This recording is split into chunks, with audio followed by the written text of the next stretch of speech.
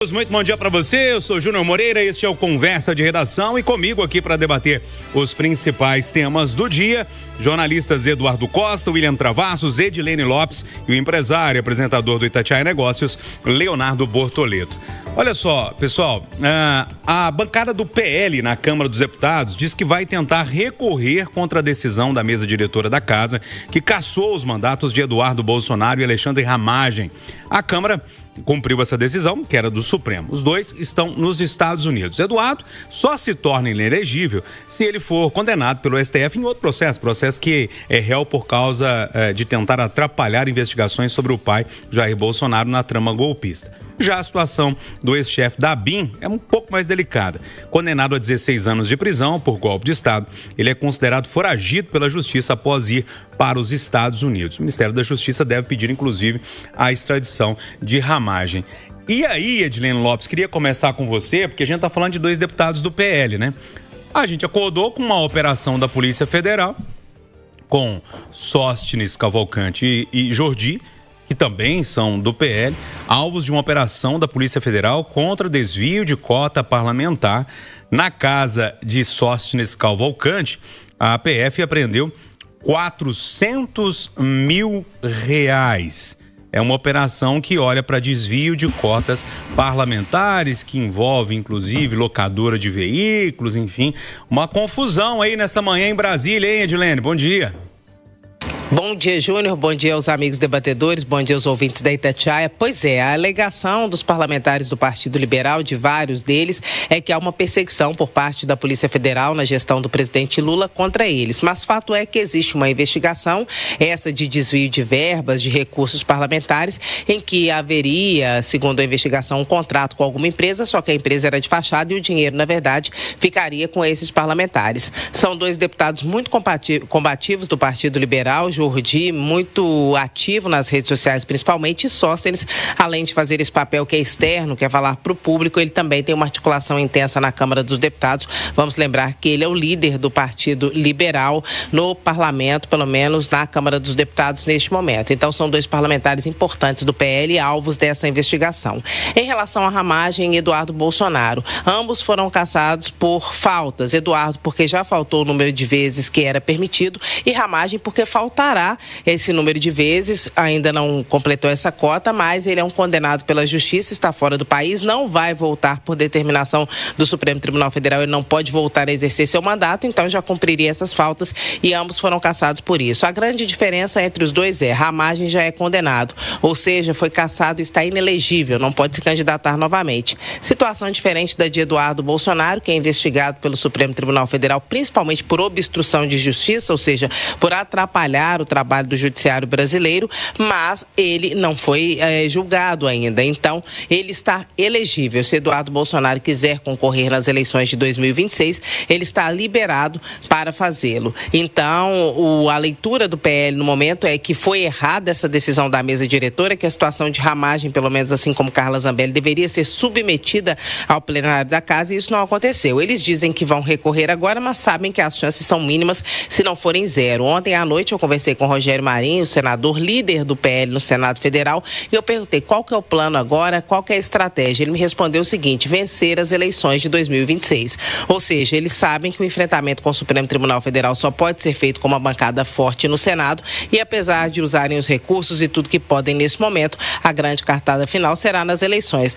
Vão trazer grandes puxadores de fotos, não se assustem se aparecer uma Jojo Todinho como candidata pelo PL, por exemplo, porque a estratégia é de fato lotar a Casa Alta para fazer um enfrentamento ao judiciário brasileiro. Júnior, desculpa me alongar. Não, que isso, Guilherme.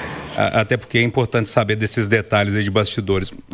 O Eduardo, seu xará, Eduardo Bolsonaro e Alexandre Ramagem, cassados pela mesa diretora da Câmara, excesso de faltas, a Constituição disse isso, não tem como você ser deputado, você não vai lá para trabalhar. Uma coisa, se eu ficar sem aqui na Itatiaia, mas vão mandar embora, né? Acho que dá até abandono de trabalho, tem algumas questões trabalhistas aí. Agora, o que pega em relação ao PL, Eduardo, é esse movimento em torno do Sóstenes Cavalcante e do Carlos Jordi, os dois do Rio de Janeiro, deputados, que envolve essa questão de desvio de verba e tal, e a fala, né, dos deputados, né, é perseguição, né? É a mesma fala que a turma do PT fazia quando a Polícia Federal ia na casa deles, né? Impressionante. Bom dia. Bom dia pra todo mundo. Dilene estava pedindo desculpa porque falou muito?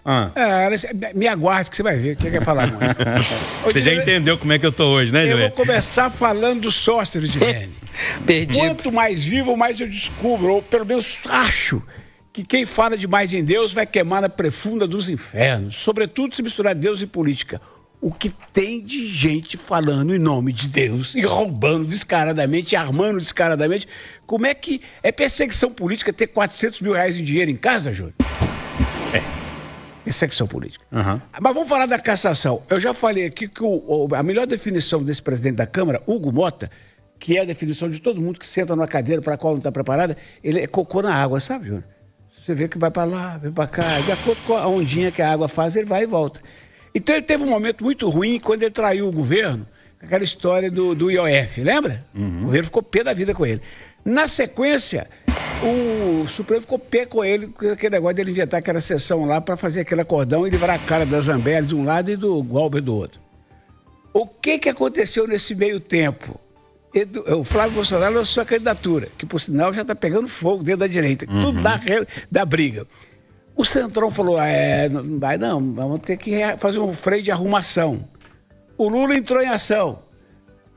O Mota combinou com ele de nomear um ilustre desconhecido para o Ministério do Turismo, no lugar daquele infeliz que era do União Brasil, mas quis ser fiel ao Lula. O Lula falou, fica comigo, eu fico. Aí foi expulso lá, não tirou cá. Nesse meio campo entrou o Rueda. Eu queria fazer uma pesquisa Quest Genial Data Júnior para saber quantas pessoas no Brasil sabem que é Rueda. Ou não passam de 100, mas são daqueles caras que ficam lá atrás, filho, dominando uma montanha de dinheiro e armando, e mandando na vida da política nacional. Se você pegar ali Rueda, Kassab e mais uns 4, acabou. É os caras que mandam no país. Então eles já estão fazendo uma rearrumação do União com o Lula. Sobrou para o Eduardo Bolsonaro. Vou caçar aqui o Eduardo Bolsonaro, que eu tenho razão para isso, não que eu não mereça. Vou caçar aqui o Rabagenque, não que eu não mereça. E vão tentar rearrumar. Mas para encerrar, minha cara é de Dilene Lopes, por isso que eu admiro quem, como você, tem paciência para cobrir política. Por acaso eu vi quem é o suplente do Eduardo. Eu falei, vamos ver se vai entrar um cara bom lá. É missionário, pastor da igreja do Valdemiro. O que é isso, Eduardo? Não é isso que eu estou preocupado. Ele teve um outro mandato, ele apresentou um projeto para proibir o implante em seres humanos de identificação em forma de chips, para impedir, segundo ele, uma nova ordem satânica no país. Júnior, eu não vou aguentar. Ô Bortoleto, bom dia para você. Essa operação agora cedo, a Polícia Federal, né? Batendo na porta de 2 deputados logo pela manhã, e essa cassação aí de Eduardo Bolsonaro e Alexandre Ramagem, não tem nem como comentar isso, porque todo mundo está trabalhando, né? Então, enfim, bom dia para você. Bom dia, Júnior Moreira, aos amigos da bancada, todos os ouvintes da Itatiaia. Vamos tentar ser o mais didático possível, mas vamos despolitizar esse assunto, embora seja de política, pessoal, porque senão a gente vai ficar escutando exatamente isso. Cada um dos lados vai se sentir o perseguido. Se você for na Papuda também conversar com o pessoal, ele está cheio de inocente. Não tem a menor dúvida que todo mundo que é pego no ato se acha injustiçado, ou pelo menos o primeiro discurso é de se apresentar como injustiçado. Eu não sei qual vai ser a justificativa, acho que ele tem todo o direito de dar a explicação dele, mas acho muito pouco provável que Sóstenes Cavalcante consiga justificar 400 mil em nota dentro de casa. A sequência da Polícia Federal, que normalmente é muito competente em apuração, é dar sequência em quem sacou. E aí puxar o fio dessa história toda e poder deixar todo mundo mais esclarecido quanto ao porquê de ter 400 mil reais em casa. Eduardo Bolsonaro e Ramagem, super esperado, nenhuma novidade como o Júnior colocou aqui, mas de novo vão politizar esse assunto e falar que é uma perseguição à direita brasileira. Não é, pessoal, eu quero que você pare para poder pensar, você que é empresário, se você tem um funcionário que não vai trabalhar, você vai demitir. Se você é funcionário e para de trabalhar, você vai ser demitido. A demissão no Congresso Nacional chama cassação. É simples, tão somente isso que está acontecendo. Podem politizar um assunto político desse para poder desnortear a gente de perceber os fatos, mas os fatos são esses. Ô William Travassos, quando a gente olha essa questão do dinheiro, né? Eu estava acompanhando um podcast outro dia que um tal de Ângelo Canuto estava dando entrevista. Ele é um ex-aliado do PCC, policial militar que participava ali de roubo a bancos. E hoje ele conta a história dele, já pagou a dívida dele com a sociedade, é um empresário, mexe com outras coisas e tal. Mas ele contava que estava preso certa feita num presídio que 2 presos do Mensalão estavam também. E aí conversa vai, conversa vem. Ele perguntou assim, o que você fez? Ele falou, não, foi um desvio de 300 milhões. Como é que você conseguiu? Uma canetada. Então, assim, 400 mil é até fichinha perto dessas cifras que a gente já viu. Agora, em espécie e dentro de casa, é batom na cueca. Bom dia. Bom dia, Júnior Moreira. Bom dia, bancada. Bom dia, os ouvintes da Itatiaia. Uma vez eu estava dentro do sistema prisional, numa unidade, na verdade, uma unidade de prisão de policiais, e eu estava conversando, né, sobre a inauguração de uma fábrica de fraldas, e um dos policiais falou assim, não, eu estava preso aqui por me envolver num problema. Eu falei, e qual foi o problema? Fui acusado de uma chacina, muito conhecida, né? Eu falei, mas você estava na chacina? Ele falou, não, eu não. Aí todo mundo começou a rir. Aí o outro, eu também não, eu também não. Então ninguém nunca é culpado, mesmo depois de condenado, né? É difícil você ver um cara que assume isso. Eu não sei nem por onde eu começo, porque assim, vamos pela parte mais fácil, sobre Ramagem e Eduardo, cumpra-se o regulamento. Ponto. Qual é o regulamento? O senhor está ausente. O senhor foi condenado. Acabou. Não tem discussão, amigos, sobre esse tema. O regulamento que vale e vamos tocar o pano. Quer correr atrás? Corre atrás na justiça, briga, faz qualquer coisa. Volta para o Brasil. O senhor Ramagem poderia voltar. O que fugiu, né, do território brasileiro. Em relação a essa operação de hoje, o Jordi gravou um vídeo falando o seguinte, vieram na minha casa, aniversário da minha filha, foram na casa dos meus pais, são 2 senhores, estão me acusando de desvio de dinheiro de uma empresa de locação, que é uma empresa, porque essa empresa de carros que eu uso desde o primeiro mandato, ela tem 5 carros só, que pelo jeito é a mesma que o Sóstenes usa. Então assim, não tem nada de ilegal, ele bancou. O Sóstenes até agora não falou nada. Sim, esse senhor, né, ganha 46 mil reais por mês. É um cara que hoje tem 26 pessoas. Neste ano, ele teve, na verdade, 29 pessoas no seu gabinete, sendo 26 ativas. Até agora gastou 1.381.000 de gastos no verba de gabinete. No gasto mensal dele, cota parlamentar, R$ 445.846,82, importantíssimos centavos. Meu filho, eu quero saber o seguinte, eu não sei se o senhor é pastor, né? Não sei se ainda está licenciado, o senhor ganhou o quê? Alguma doação de algum fiel? Quem é que botou esse dinheiro? O senhor vendeu alguma coisa? Ou o senhor é o tipo de pessoa que não confia nas instituições financeiras, recebe o seu salário, guarda em casa? O presidente da Assembleia Legislativa do Estado do Rio de Janeiro, quando os caras prenderam, ele tinha o quê? 90 mil reais na mão dele? Ele falou assim, eu vou explicar lá na frente o que é isso. No carro oficial. Aí eu cheguei hoje aqui no estúdio e falei, quem é que tem dinheiro em casa aqui? Aí o Eustáquio, tem lá uns 20 reais. O Júnior Moreira falou assim, tem criança pequena, então eu tenho 1.200 reais em casa. Gente, quem é que guarda 400 mil? Desculpa, amigo. E aí, o que mais me incomoda é esse discurso conservador, patriota. E aí a suspeita, não estou condenando, ele vai ter o direito de defesa, mas caso confirmado essa sacanagem, me perdoem, de corrupção, de lavagem de dinheiro, né, de contratação de empresa fantasma, ou você é um tremendo de um cara de pau e não tem nada de patriota. É, na verdade, um covarde que usa esta bandeira de pátria, família, democracia e está no meio da sacanagem. Como assim, rapaz? E aí nós falávamos ontem aqui, para mudar esse país, você precisa votar em gente séria e mesmo escolhendo alguém que você não consegue enxergar, que não foi alvo de investigação ou qualquer coisa, o Júnior fez uma analogia muito legal sobre a goiaba. Você pega a goiaba, na hora de comprar a goiaba, você olha ela todinha. Ela não tem furinho, não tá amassada, vou levar essa goiaba. Passa a unha nela para ver se ela é vermelha ou não. Para ver se está vermelha. Mas no fundo, ela pode ter um bicho de goiaba ali, ok. Lá na frente, quando você abrir, você descarta. Agora, a gente precisa aprender a votar, cara. E esses caras estão usando o nome de Deus, usando o nome da família, da pátria, né?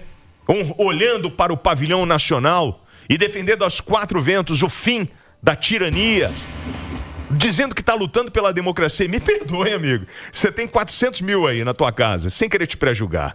Mas você está sendo acusado de lavagem de dinheiro, de desviar dinheiro público. Ô, Júnior Moreira, posso fazer uma pergunta para o senhor? Pode. É claro que Será que eu vou saber responder?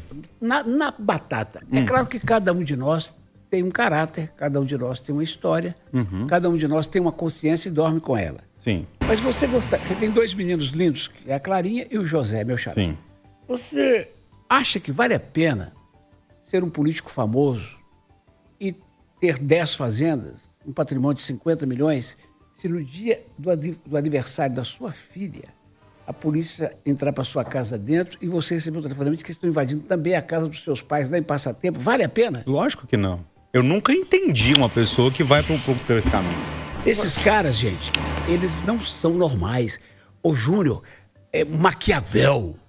Na época que o Brasil estava sendo descoberto, Maquiavel escreveu coisas que o mundo inteiro... Oh, esse cara é louco. E tudo se confirma. E uma das coisas que ele escreveu é que você não pode confiar no ser humano. Olha o que eu estou falando aqui. Você não pode. Ô, Júnior. E ato contínuo, Brasil, que foi descoberto naquela época de Maquiavel, que inventou Brasília, mostrou pra gente que lá o mundo é outro, a lógica é outra, a vida é outra. Os caras não têm princípio, não têm moral, não têm ética, não têm nada. Você chamou, Edilene? Júnior, rapidinho, porque o Eduardo falou dessa coisa, como que é um estrondo na privacidade da pessoa quando acontece uma operação como essa, ou quando a pessoa erra, e o William Travassos falou que o Sóstenes ainda não se manifestou, né? Só um bastidor do dia a dia do repórter. O Pedro agora há pouco falou comigo, Edilene, você tem um telefone aqui de alguém da equipe do Sóstenes, porque o celular dele foi apreendido. Isso é muito comum acontecer com a gente, os repórteres aqui no dia a dia. Direto tem operação, apreende o celular da pessoa, e quando você escreve uma mensagem, você está escrevendo para a Polícia Federal. Então, isso é de fato muito você mandar uma mensagem, quem vai ler? O policial federal, se tiver uma notificação. Enfim, isso é muito recorrente no nosso dia a dia por aqui, ainda mais com o número de operações que hoje é comum. Ou seja, cuidado na hora da apuração, né? Deixa eu até falar uma coisa aqui para vocês. Mas a gente também não pode descartar que são dois personagens que o tempo inteiro estão batendo no governo, né? Provavelmente, essa teoria da perseguição política, ela vai aparecer, dizendo, estão usando o aparato do Estado para silenciar as pessoas, a oposição. Isso eu não posso colocar no jogo porque eu não acredito que uma instituição tão séria como a Polícia Federal vai se deixar levar por influência política. É só explicar os 400 mil. Talvez foi a Polícia Federal que levou o saco de dinheiro e colocou lá no guarda-roupa dele. Então, pelo amor de Deus, gente. Quando é um PM de noite no beco da favela, eles falam que ele botou a droga pra prender o cara. A Polícia Federal não tem jeito de fazer isso.